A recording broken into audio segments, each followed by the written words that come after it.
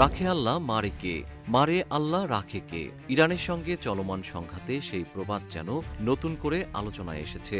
বিশ্বের সবচেয়ে ক্ষমতাধর রাষ্ট্র যুক্তরাষ্ট্র নাকি ইরানি ক্ষেপণাস্ত্র হামলা থেকে ইসরায়েলকে রক্ষা করার মতো পর্যাপ্ত সামরিক সক্ষমতা নেই, এমন বিস্ময়কর সতর্কবার্তা দিয়েছেন খোদ মার্কিন সামরিক বাহিনীর এক শীর্ষ জেনারেল।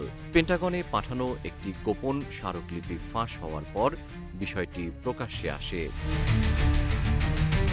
মার্কিন ইউরোপীয় কমান্ডের প্রধান জেনারেল অ্যালেক্সাস গ্রিনকিউইচ ওই স্মারকলিপিতে সতর্ক করে বলেছেন, প্রেসিডেন্ট ডোনাল্ড ট্রাম্পের ইরানকে ঘিরে নৌ অবরোধের কারণে যুক্তরাষ্ট্রের সামরিক সম্পদ বিভিন্ন অঞ্চলে ছড়িয়ে পড়ছে।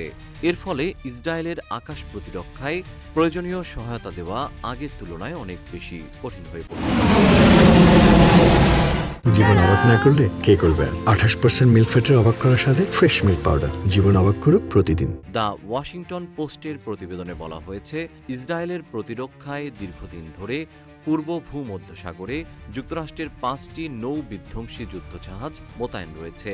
অত্যাধুনিক রাডার ও ক্ষেপণাস্ত্র প্রতিরক্ষা ব্যবস্থায় সজ্জিত এসব জাহাজ এতদিন ইসরায়েলের অন্যতম প্রধান নিরাপত্তা ঢাল হিসেবে কাজ করেছে। তবে ইরানকে ঘিরে চলমান অবরোধ অভিযানের অতিরিক্ত দায়িত্বের কারণে আরও একটি যুদ্ধজাহাজের মোতায়েন বিলম্বিত হয়েছে। ফলে ইউরোপে অবস্থানরত মার্কিন বাহিনীতে ভবিষ্যতে ইসরায়েলের প্রতিরক্ষার পরিবর্তে নিজেদের নিরাপত্তাকেই অগ্রাধিকার দিতে হতে পারে বলে আশঙ্কা প্রকাশ করেছেন জেনারেল গ্রিনকিউইচ।